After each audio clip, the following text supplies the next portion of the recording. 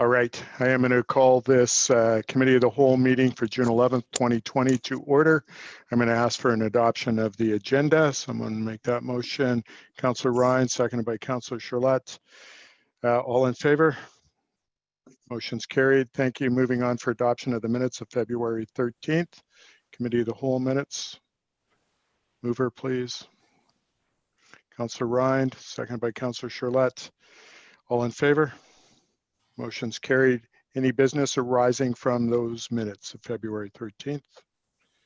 Seeing none, I'm going to move on to departmental updates verbal. So we'll start with Community Economic Development. Ms. Braun, you're up.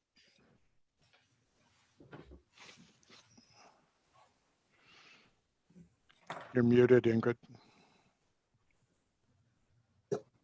So thank you. What we're going to share today is some of the design drawings from the business information and visitor center leasehold improvements that are being planned for the near future.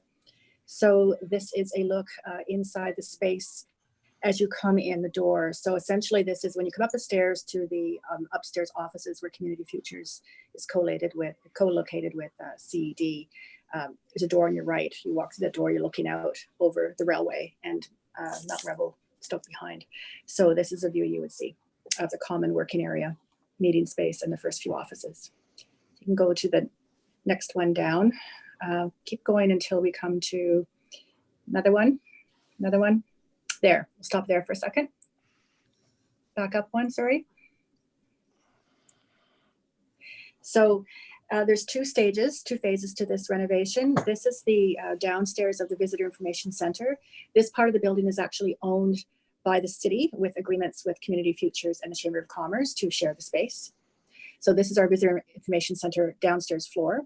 What we're doing is we are taking out some of the offices located in the back of the center and replacing them with universal, fully accessible washrooms.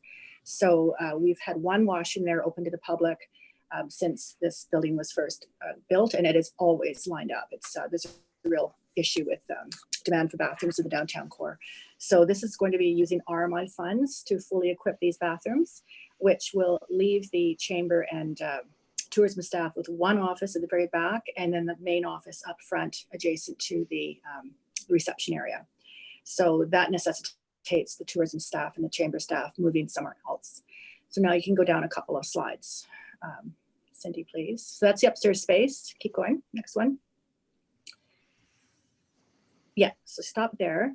So this is a new space. So you see on the lower part of the screen, that is where I'm currently located in the far bottom right corner, and the board meeting room that we use for a lot of our committees and different staff groups is in that large boardroom. And across the hall has been empty for, I guess, 6 or 7 years since the space was created. So we've reached an agreement with the owners, who are the other co-owners of the Strata unit as a whole, but this is a portion of the building they own. We've reached a lease agreement with them to take over this space. The lease has been in place now for a number of months, and the city will be developing agreements with tenants in future with regards to the partners that will be sharing the space with us. So if you look at the far left side of the upper diagram, that is going to be the new fabrication lab. It has its own entrance. It'll have a demising wall that's soundproof. It has big windows looking out over the, again, railway, Victoria Road, and it'll have equipment set up in there that is zoned. It's zoned commercial because it's not for manufacturing items so much as it is prototyping some small items. So we'll have 3D printers, cutting machines, various kinds of tools and technology that we have already been involved in purchasing and using to offer programming to kids through the high school and through Okanagan College camps. So right now that equipment is located in different places on the college grounds, at the high school, and some of the volunteers that are members of the Fab Lab board have been using those machines to produce the face shields, as you know, to aid in recovery. So we've been supplying those to first responders and the health sector. So that's about 1/3 of the space will be taken up with the fabrication lab, and the society will pay rent to use that space. And their hope is that after our project funding from real dividends for the tech strategy and the fabrication lab comes to an end, they will have a operational business model, and some of the programming fees will help them cover their expenses to continue to run. They're planning to do two things to be viable. One is to offer programming at a cost to youth, to adults, to businesses. And the second is to have memberships where local entrepreneurs or tech workers can come and utilize the space, use the machinery, use the equipment, rather than purchasing their own. So it's a safe space to use. They can prototype their ideas and their creations, and where possible, we can share some of that programming and product development with the public. So you'll see the top middle where there's a board table and chairs around. That's going to be a common programming space. It can be used either by the Fab Lab team or by the remainder of the team, which is essentially who's already in the Business Information Center. So that includes Chamber of Commerce, Tourism Revelstoke, CED staff, and possibly other project staff. So we'll share the common area. We can use it for city meetings. We can use it for any staff meetings, any volunteer committees, and it'll be able to be accessed from either side. And again, that whole space is very light and airy, overlooks Victoria, the train tracks, and the mountain behind. So it's a beautiful place to showcase both the technology that we have in town, as well as the work that tourism and the chamber are doing to support businesses, especially through these times. So we can go on to some of the images, Cindy, and I'll give you a bit more of a detail. So this is what the inside of the Fab Lab will look like, essentially, the top picture. So that's looking back towards the hallway. So your back is to the window, essentially. And, we've kind of mapped out where equipment will go, where venting equipment will go, and hoods for 3D cutting machines, that kind of thing. The bottom picture you've already seen. The bottom picture is standing with your back to Victoria, looking towards the common meeting space, and then past that is looking into the Fab Lab. There's 3 offices along the back wall. The first one you can see there is going to be likely occupied by chamber and CED staff, and with 2 behind for tourism staff. And then there's one in the corner behind the pillar where I'll be located. So I think there might be another image or 2, and then that's about it. Okay, so there's another view of the meeting space. There's a meeting space and there's a common work area. So this space can be accessed by people that we're meeting with, businesses, investors coming in, tourism partners, anyone who is basically doing business with us. So it's a bright, open, welcoming space set up with several hot desks so people can plug in, have access to equipment. We'll be working with our Fab Lab team to utilize some really cutting edge AV equipment, partly to showcase how businesses can digitize their operations and access technologies out there to make them more efficient, more adaptable in these times. And that's ended up being, a real bonus. We've got a huge demand from businesses for how can I upgrade my operations? How can I access technology that I don't understand, and I'm not sure what's best for me to use. So this will be a great way to bring people together, to have them work on common solutions to problems, and especially with social distancing requirements, is actually a fairly spacious area. I think there's any more photos. I think that might be it. That's back to the Fab Lab again. So yeah. So that's about it for the space. Some of the history with this project.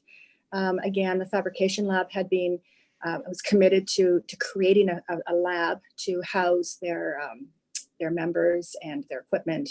That's been in development for couple of years, funded by rural dividends. And then the technology strategy that was approved last year provides us with another couple of years of funding to develop and offer programming to businesses, to the tech sector. And there's 2 ways to look at it. There's the tech sector that needs access to equipment and space, and there is businesses and other tourism operators, what have you, in town that need access to technology. And so this will be able to access that technical expertise and upgrade or adapt their operations. As I mentioned, tourism staff are moving upstairs to share their space with us. Chamber of Commerce Executive Director would also be housed up there. And we're looking forward to seeing this come together, probably, within the next 6 months. Our building permit is in place. Our funds are in place. These are not taxation funds. We do need final approval of the allocation of RMI funds and economic opportunity funds by council, and that'll be done at the time of awarding the contract.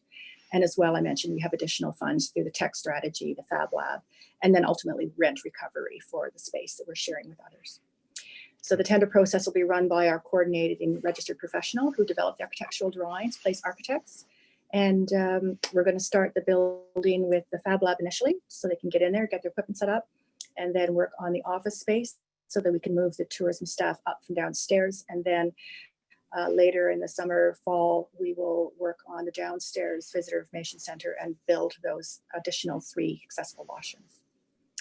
So that concludes my presentation. Are there any questions? Councillors, any questions for Ms. Brown? I think that's great. I appreciate it, Ms. Brown. And it's nice to see it kind of come into fruition. And it's kind of cool to be able to see some drawings as to what it's going to look like. It's an exciting time to actually get that space up and running. So thank you. Appreciate that. Okay, let's move on to development services. Thank you, Your Worship. It's very appropriate that we adopted the minutes from February 13th today, because I think a number of things that I'm talking with an update today all relate to February 13th. So that was very appropriate. So I wanted to first of all talk about the OCP Vision check-in. We have gone out and engaged with the various committees, including APC, Economic Development, Social Development, Tourism Initiatives, Collective Impact Leadership Team, Chamber of Commerce, and Environmental Advisory Committee. And we have had 21 responses from the workbooks, which is approximately 40% of the committee members have responded back to us. And so out of that, what we are finding is that the overwhelming favorite has been keeping the existing vision with some revisions. We are in the process of analyzing all the feedback now, and we will be bringing forward in July a report to council with staff's recommendations. I wondered if anybody had any questions on this topic before I move on to my next one. Councillors, any questions? Yeah, I've got a question. So Go ahead. July, we get the feedback and then we decide, I'm assuming that's when we'll decide on what the vision is. And then what's the next step? So we would come forward with a recommendation, and then we would have to make an amendment to the OCP. Okay, and then once that's done, because I assume that's just like changing the text in the document, what's the next step? So what would happen is that it's a bylaw, and we will have to go to a public hearing in regards to that. And then we go forward to, third and final. Wouldn't it make sense to save the public engagement piece until we have more substantial changes to make, or no? No, we're looking to actually have the vision guideline, the vision change so that we have the appropriate vision guiding the next series of changes we need to make. And then once that's all done, what's the next piece? So after we do the vision update, we're also, which is on my update today, looking at the Johnson Heights neighborhood plan.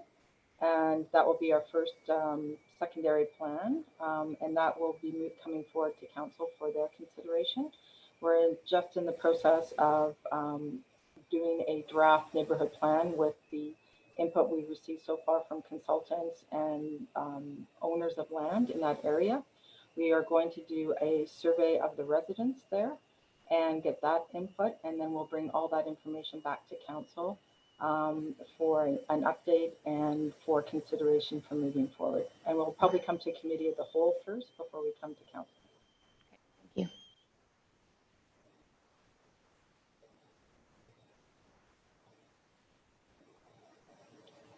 Is there any other questions or? Councillors, any further questions? Yeah, sorry, I have one more. Councillor Ryan, go ahead. Yeah, so when the feedback was received that the vision statement was good, they wanted to use the existing one with some amendments. The ones that the consultant had put together were different than the existing one. Is that right? Yeah, so what we did is we went out with the existing one, and then the existing one with some slight revisions to it to actually address the 4 sectors that we found in the original survey. So the growth management, affordability, growth management, environment, arts and culture, and community. Thanks. Any further questions? Anything further, Ms. Wade, regarding development services, Yes. OCP? So I just touched briefly on the Johnson Heights neighborhood plan. Does anybody have any questions with that and where it is in the process? Yeah, just give us a brief update. Okay, so we have been working with the residents and the consultants, and this has been a very useful process because it's been helping to inform our overall master planning documents that we need for the OCP and informing infrastructure projects as well. So we are at the point now where we're actually putting together a neighborhood plan, which will be a plan that will have policies in it. And it will be the first neighborhood plan, and we'll be bringing that to council. This will form a template for future neighborhood plans and how we will be rolling out the neighborhood plans. We are now going to engage with the residents of Johnson Heights in a survey and asking them some specific questions about the neighborhood plan to date that the consultants and the landowners who are seeking to do development have been engaged in, and get that feedback. That will then form the vision for the neighborhood plan and the policies, and that framework will then come back to probably committee of the whole for an update and discussion, and then we will move it forward with a larger public engagement as part of the zoning OCP update, which we are required to do under the LGA. Councilor Ryan and Councilor Charlotte. I'm curious, how, so if the consultants are in charge of doing that engagement piece, or sorry, the developers, I feel like maybe there's a conflict unless I was misunderstanding that. I just want to make sure that the residents that are getting engaged in the neighborhood are not just the ones that the developers choose.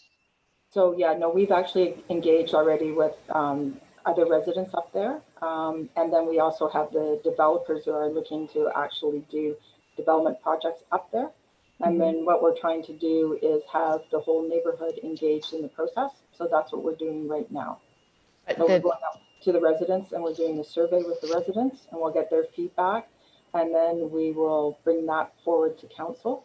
And then we will go out to the larger community as part of the OCP amendment for the neighborhood plan. Okay, but so when you say we though, that's the city doing it, not the developers. Okay, awesome. Okay, great, thanks. Sorry for the quick. No, it's all good. Okay, Councilor Charlotte. That's great. Yeah, my question was along the same lines, but that's great. I'm just curious, do you anticipate any problems reaching any particular groups of residents, or do you feel pretty confident that you'll be able to get a good, fulsome response from this? We've been pretty engaged with the residents, and so I think we'll get a fulsome response on this. Great. Okay. Any further questions? Okay, Ms. Wade, carry on. Okay, thank you. And just one, I've got two other to report on. The next one is the Hay Road proposed CD zoning. As you're aware, council wanted us to engage with the community. Due to COVID, we've been unable to do it in our normal process of having an open house or public format of that. So we have prepared, similar to what we did with the vision update, a presentation and also a survey, and that will be going out by the end of this week, and it'll be live for the community to engage on. And we will bring those results back to council, and it'll form part of the report to council for first and second reading and OCP amendment. Great, thank you. Councilors, any questions on that development? Okay, carry on, Ms. Wade, thanks. Okay, and my last one is short-term rental. We have, since February 13th, we've been putting together a table of all the amendments that need to be required. We now have that together. And now we are going to embark on an engagement process as we discussed at February 13th Committee of the Whole. And we will be doing a similar format because of COVID. We'll do a survey and we'll do a presentation, and it'll be on the webpage. And we will engage with the various the various committees, like a focus group. So dealing with RAR, economic development, APC, etc. And we'll get that feedback, and then we will bring that to council in a report. And we're hoping that we can get this before council late summer, early fall. Great. That's good to hear.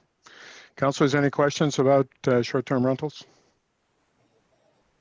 Yeah, when you mentioned late summer, early fall, is that to actually have something that we can vote on that would then be implemented? Yes, it would be the introduction of the reading of the bylaws that would be Perfect. required. And then we'd go through the municipal process of reading, public hearing, third and fourth. Perfect. Sounds good. So it won't be cut and dried in one meeting. It'll be over a couple, I think. All right, great. Thank you, Ms. Wade. Appreciate that. We're going to now move on to Parks, Recreation, and Culture. Ms. Donato. Good afternoon, everyone. So I thought I would just provide you a little update on what's happening in the Parks and Rec sector and what you can expect to see coming your way in the next few weeks. So to date, all of the outdoor spaces are open for the public except for the splash park. So we're working on the opening date with the engineering department on that one, trying to work around the work that's happening around First Street and just minimizing some of the conflict between park users and the construction.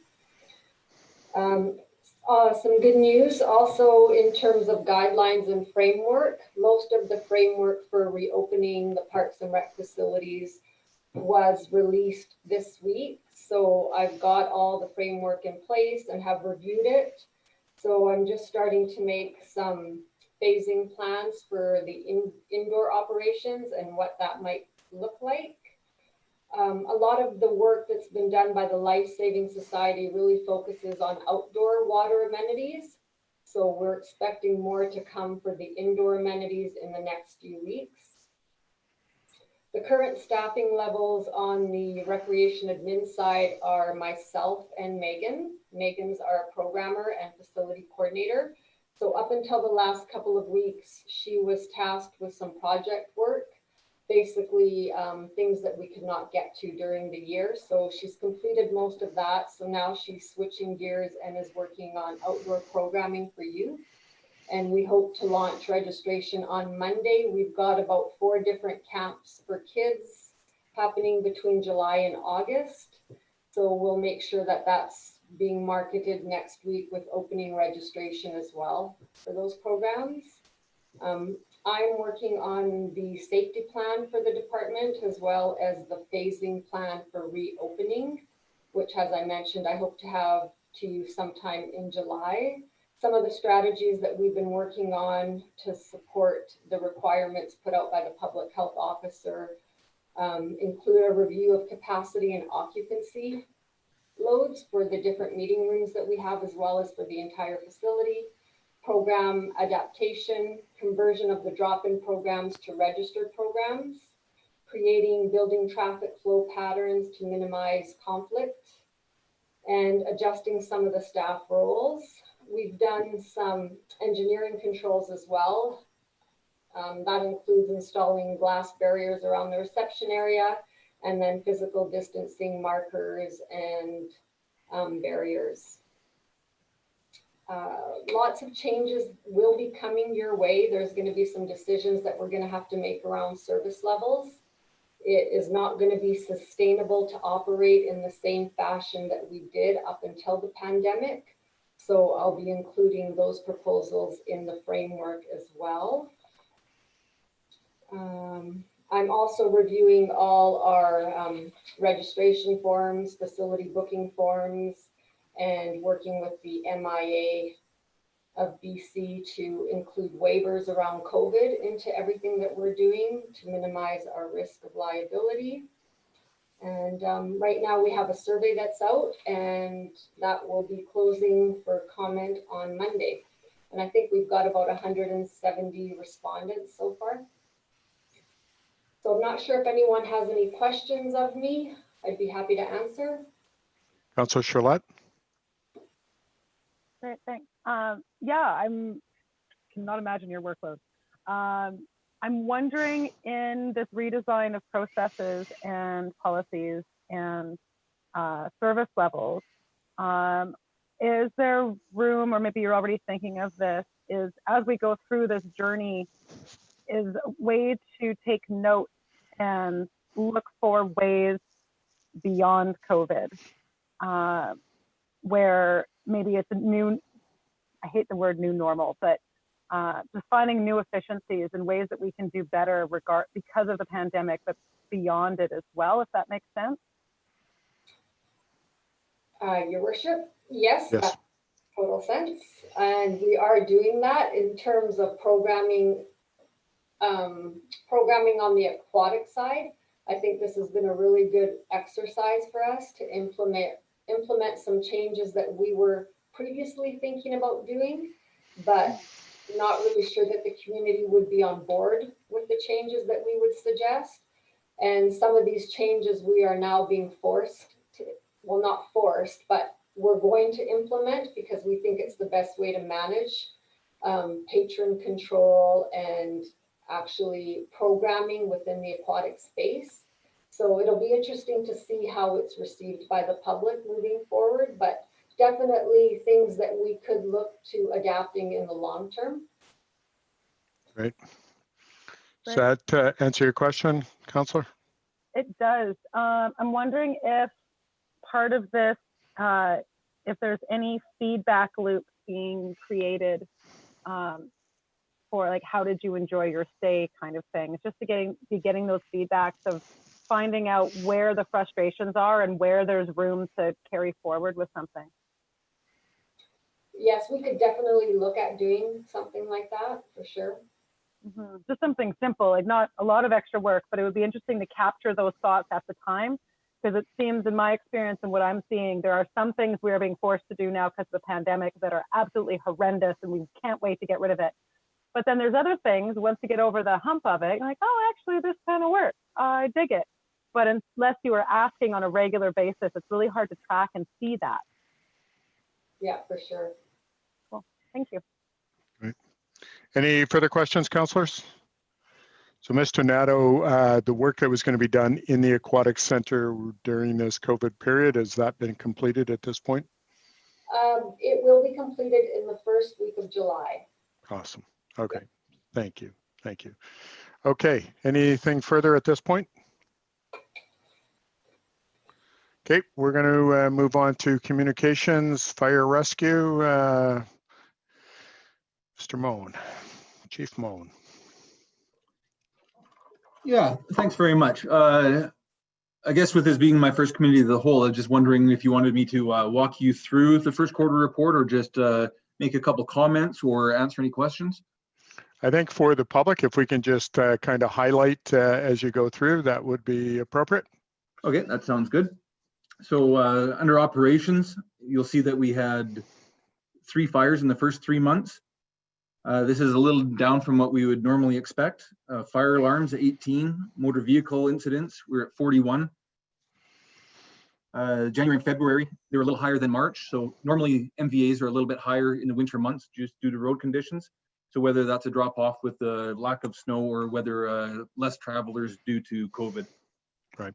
22 first responder calls, 21 public service calls, and 9 public hazard calls for a total of 114, which is down slightly, about 10% from the last 2 years, but it is on par with 2 of the other years in the previous 5. Great. Fire prevention, that comes under the purview of our fire inspector, Roger Eklund. Public safety education, there was 1 fire life safety presentation to the Girl Guides. Just a reminder to everybody that we do have a child passenger safety program that is under the BCAA. So we did put on 2 car seat inspections in the quarter. Fire and life safety inspections. So again, with Roger, he did 66 inspections for that. And then there's also a requirement to do investigations for cause and loss of fires within the municipality. And so 2 inspections were done there with a loss of just over $5,000. Training branch, so that's my regular position as a training officer. Most of the time we focus on the NFPA 10,001 which is the National Fire Protection Association Standards for Firefighter Professional Qualifications. And that is set by the Office of the Fire Commissioner, just to set the minimum standards for the fire service. So we have two groups. One is the people who have already gotten through the 1001 program. And so they work on their maintenance and honing their skills. And so we've touched on avalanche awareness, alternate fuel vehicles, our personal protective equipment and self-contained breathing apparatus, as well as some hazmat awareness and decontamination. And then the other group is the recruit group. And so they were the ones who are currently working through a 1001 program. And so we've touched on building construction, firefighter rehabilitation, pre-incident surveys, ropes and knots, and salvage and overhaul. And then the other thing I'd just like to mention on training is that in the first week of March, we brought in the Justice Institute of BC to put on an Emergency Scene Management 1 course. It's a 5-day course that basically covers what is needed to be an incident commander at an emergency event. And so the value of this for Revelstoke is that all of our career members, due to how we're structured with only having one firefighter on duty at any one time, every career member is expected to be an incident commander right from their first day of work, and often without formal training. So this course allowed us to give those career staff members the formal training, as well as just the tools they need to lead and supervise. So I think that course was really appreciated by staff. Right. Last thing, just fundraising. We did do our annual boot drive fundraiser, charity hockey game, as well as we sent a few volunteers to the stair climb for clean air in Vancouver. So they raised money for the different fundraising. I'm just going to jump over award for a second, and the last part we have is just critical incident stress diffusing. So anytime we go to an incident that can create potential for mental challenge for one of our volunteers or for our career staff, we put on a diffusing session. And so we put on 3 this quarter. We did 2 for a fatal motor vehicle accidents that a rescue crew attended, and 1 for a body extrication that we had. And then the last thing I'd just like to touch on is awards. Back in September of 2018, we lost one of our retired long service members, Tom Needham. And in working with Tom's family, we've created the Tom Needham Exemplary Dedication Award, and that's to be given to an individual or a group that has shown outstanding commitment to the fire service. And so the inaugural award was unanimously voted on to be presented to Wade Gillespie. So Wade has 32 years of service with us, and he continues to be a leader in attendance, and he's a continuous example of all the volunteers coming up. So I just wanted to publicly recognize all of Wade's efforts. And that is it for my report. Thanks so much, Dave. Appreciate that. And I appreciate highlighting Tom's service, but also Wade's service. That's an awesome thing to acknowledge. I'm happy to see all the work that the fire department's doing to make sure everybody's up to the 1001, but also the fact that you're doing the critical incident stress defusing, being on each of those calls as well with the members. It's wonderful to see that. I know that they're all going to be safe. Councillors, any questions for Mr. Moan regarding the fire service? None. Thank you so much, Dave. Appreciate it. We're going to move on again to Parks, Rec and Culture Quarterly Report. Ms. Donato. Thank you, Your Worship. So before you'll have the first quarter report that covers the period of January through to March, which seems so long ago and is probably pretty boring compared to what's happening right now. So I did change the format, and moving forward, you will be seeing these type of reports coming in from the department. And basically, I'll be highlighting some of the community events that we've been involved in or the facilities hosted, and some of the programs for each of the different departments, including the Aquatic Center, Arena, and the Rec Center. And then at the end, I'll add the aquatic patron stats and the revenue. And I've broken it out so that you can have a better visual on exactly what those reports look like and the percentage that we're receiving from membership versus drop-ins versus hotel motel patrons. I think council was curious on what that breakdown looked like. So hopefully this accurately reflects that for you. Is there any questions that anyone has, or would you like me to go through this in a bit more detail? It seems so long ago. If you could just do a quick oversight, if you don't mind, Ms. Donato, that would be good. Okay, so for events, this past quarter, the community center hosted the Canucks Split Fest, the Revelstoke and the Farmers Markets events during the winter, and they continued on with their tradition of success. Programming highlights for this quarter included a lot of the senior programs that we run. The Time program, which is in its 4th year, is still very popular with the seniors. The Senior Fit light aerobics class as well. We see high numbers there. And then new this year, we started the Senior Walking Club, where we have a group of seniors walking in the MP rooms and the hallways. Our babysitter training, which is always really popular, and the Stoke Youth Squad are 2 youth programs that we'd like to carry on running through the year. The arena season was really busy this last quarter. The Grizzly games were well attended. We hosted a free family day event on Family Day. We had the minor hockey and history of hockey put on the Montreal Canadiens alumni game.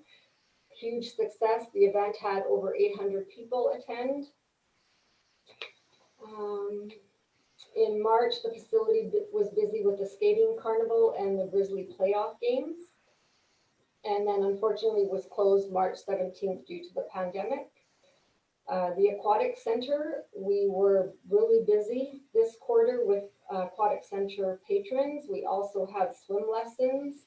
We had about 134 kids take part in our swim lessons and advanced life-saving courses. And that's about it for the highlights. Wow, that's awesome.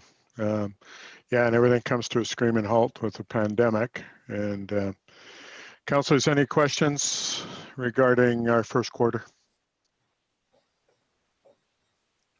Thanks, Mr. Nato. I appreciate that. So at this point in time, we're still working through things. I've been asked a couple times about reopening of the aquatic center, and I know that you're working on that. I was even asked about reopening of the arena, and I said, I think a little premature for those sorts of things. However, I'm hearing some other communities are thinking about that. So any comments on that, or are we premature with that, Mr. Nato? We are still premature in terms of opening, but I will be bringing forward suggested opening times. There is a survey out right now for all the municipalities, and it's pretty, there are a few arenas that are opening right now, like West Kelowna, there's open June 8th, and a couple of others that are kind of trying it out. Right. We hope to learn from those facilities. It all depends. For us, I think it depends when our leagues start their play. From what I understand, there might be a delay in the season for a lot of our ice users. And if that's the case, there's probably no reason for us to open our facility in August, and we can probably hold off till a bit later in the fall. Right. Okay. So I'll be taking all that into consideration as well as I make our plans.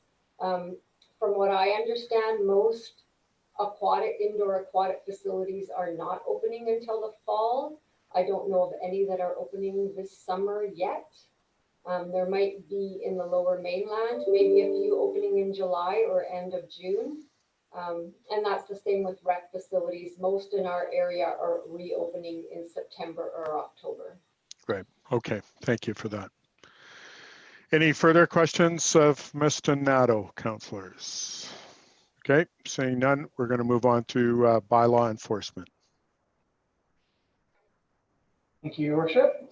So this report is for January to March. So this is pre-COVID, and it gives us an idea of the trend that we're seeing with bylaw enforcement.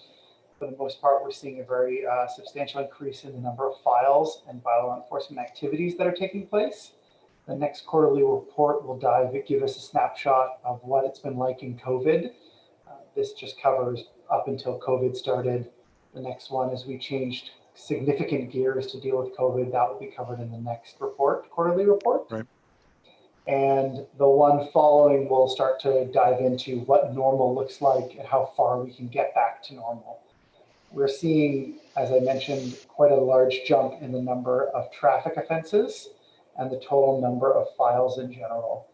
Now that we ease in, we're going to see how that not in the next report. The next report, as I said, will cover COVID.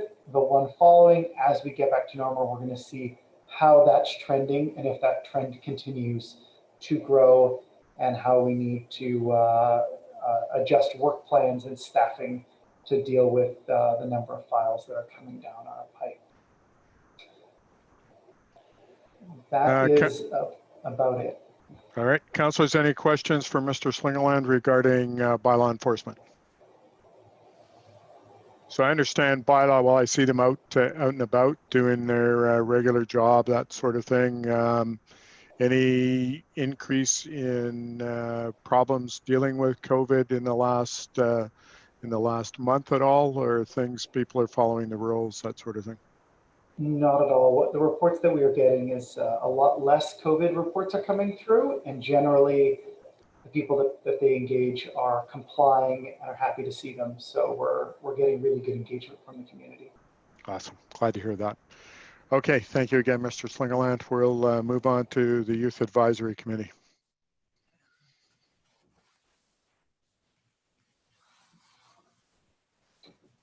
Worship. Your Worship, those are just some minutes of our last meeting, just for your review.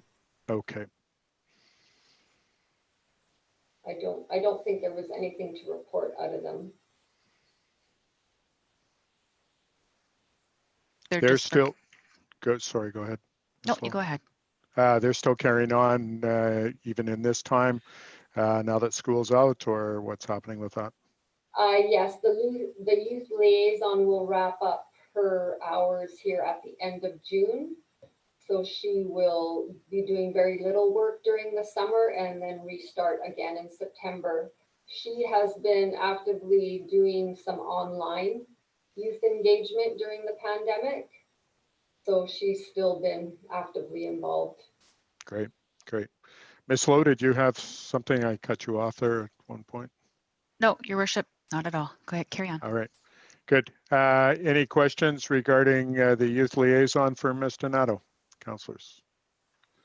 Seeing none, thank you, Ms. Donato, appreciate that. We're going to move on to Public Art Committee minutes. And those are in front of you. Any questions regarding that? Ms. Donato, any highlights that you want to talk about? I will just mention that the committee reviewed phase 2 for the Art Alleries project and recommended approval of that concept. So that will be coming to council for approval at the end of June. The Castlegar sculpture walk has been, we've dealt with that as well. The Pinecone sculpture has been installed in front of City Hall, and very happy with the way that project turned out. Great. It's good to see something local out there. It's a great advertisement for Mr. Thornley, and it's actually turned out very well. Very nice. Councillors, any further questions regarding public art? Well, from the Arts Committee, I'm just curious about the music over the summer. That's canceled. What's the feedback from the committee? Are they thinking future? What may follow from this? The Public Art Committee does not review the Street Fest entertainment. Yeah. They don't have any role in that. That would be the Revelstoke Arts Council. Oh, I'm sorry. Okay. Yes, okay. And so with just touching on that, Councillor Elliott, with both the Luna and the Street Fest, we've postponed them until the new year. And so we'll move forward with that when time permits. Okay, anyone else want to weigh in on anything from the staff perspective? All right, that's all that we have on the agenda. So I would like to call for termination of meeting, and I would just like councillors to just stay on for 2 minutes and just have a couple things. So someone want to make a motion to terminate the meeting? Councillor Ryan, second by Councillor Charlotte. All in favor? Motion's carried. This committee of the whole meeting is now ended. Thank you all for your time.